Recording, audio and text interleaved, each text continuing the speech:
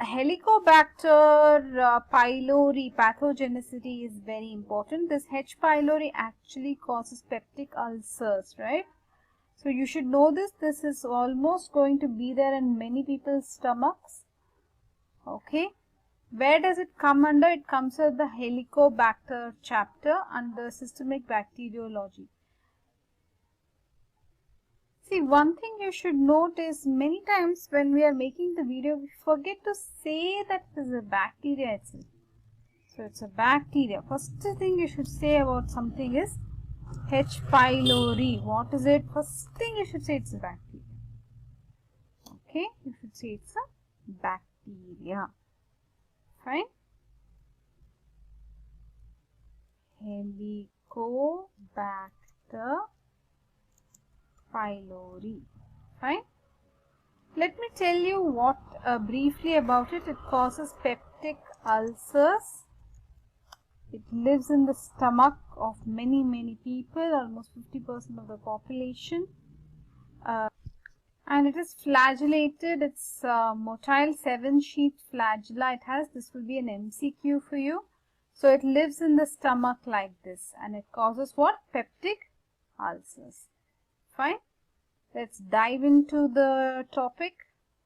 Helicobacter pylori is a gram-negative rod that colonizes the stomach. It is associated with peptic ulcer disease and also gastric carcinoma. It can be a cause for the gastric carcinoma. There are, the main question here is pathogenesis. We will come to that. Under pathogenesis, there are two steps. It colonizes the gastric mucosa. This word is so important, mucosa, because that's where it will live, right? Gastric mucosa. And pathological changes. It will induce some pathological changes. We'll come to that. Clinical manifestations of H. pylori infection will be gastritis. So there could be gastritis. Okay, peptic ulcer disease. Interestingly, it can have a protective role also. Okay, and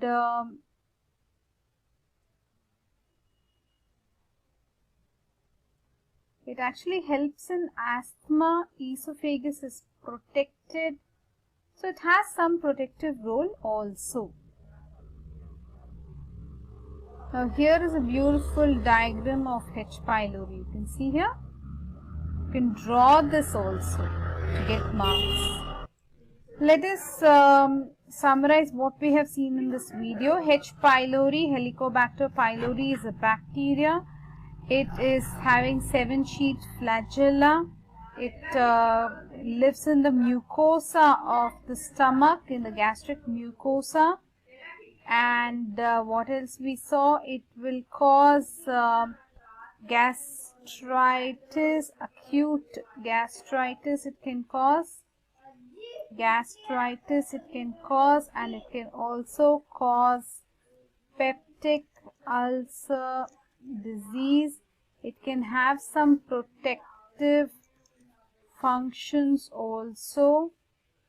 It can have some protective functions also, like it protect the esophagus. It will be protective in asthma also. This much we have seen so far. In the next video, we will continue with the lab diagnosis. Guys, let us look at a little more details on the clinical manifestations. Okay, acute gastritis, it usually occurs as antral gastritis or pangastritis. Okay, antrum of the stomach, do you know where it is? Here is the antrum of the stomach. Here there could be gastritis, antrum gastritis. Antral gastritis it is called as. Then peptic ulcer disease. How does peptic ulcer disease happen? A very brief overview is given here. So the way duodenal ulcer occurs is mentioned here. Gastric ulcer is, they have not understood much about it. But duodenal ulcer, what exactly happens is, it inhibits somatostatin. As it inhibits somatostatin, gastrin becomes more. As gastrin becomes more, you will have more gastric acid, right? And hence there will be duodenal ulcer. Okay. Now, mechanism of gastric ulcer is not clearly understood. The patient will present with epigastric pain. Epigastric pain, please note, epigastric pain with burning sensation. The pain is on empty stomach. So if it is pain is on empty stomach, it means gastric ulcer. There are two types of peptic ulcers basically. There is duodenal ulcer and gastric ulcer. Gastric ulcer means the pain is on empty stomach. Okay. Following food, if there is pain, then it is a duodenal ulcer. Some of the other clinical manifestations are adenocarcinoma of stomach, okay, Hodgkin's gastric lymphoma, non-Hodgkin's gastric lymphoma, etc. Like here in the beginning itself we mentioned, it can cause gastric carcinoma, right? Helicobacter pylori pathogenicity is very important. This H. pylori actually causes peptic ulcers, right? So you should know this. This is almost going to be there in many people's stomachs. Okay. Where does it come under? It comes under the Helicobacter chapter under systemic bacteriology. See, one thing you should note is many times when we are making the video, we forget to say that it is a bacteria itself. So it's a bacteria. First thing you should say about something is H. pylori. What is it? First thing you should say it's a bacteria. Okay, you should say it's a bacteria. Fine. Helicobacter pylori. Fine. Let me tell you what briefly about it. It causes peptic ulcers. It lives in the stomach of many people, almost 50% of the population. And it is flagellated. It's motile 7-sheath flagella it has. This will be an MCQ for you. So it lives in the stomach like this, and it causes what? Peptic ulcers. Fine. Let's dive into the topic. Helicobacter pylori is a gram-negative rod that colonizes the stomach. It is associated with peptic ulcer disease and also gastric carcinoma. It can be a cause for the gastric carcinoma. There are, the main question here is pathogenesis. We will come to that.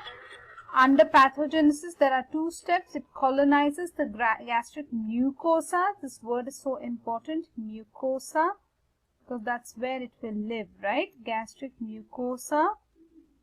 And pathological changes. It will induce some pathological changes. We'll come to that. Clinical manifestations of H. pylori infection will be gastritis. So there could be gastritis. Okay, peptic ulcer disease. Interestingly, it can have a protective role also. Okay, and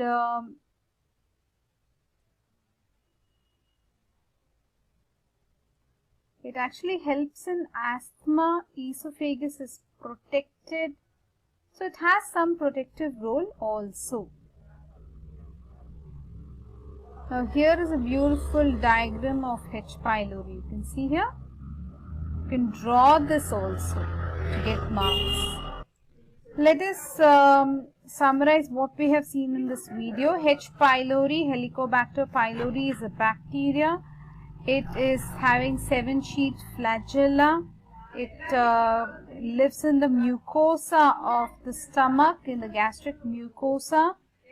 And what else we saw? It will cause gastritis, acute gastritis it can cause.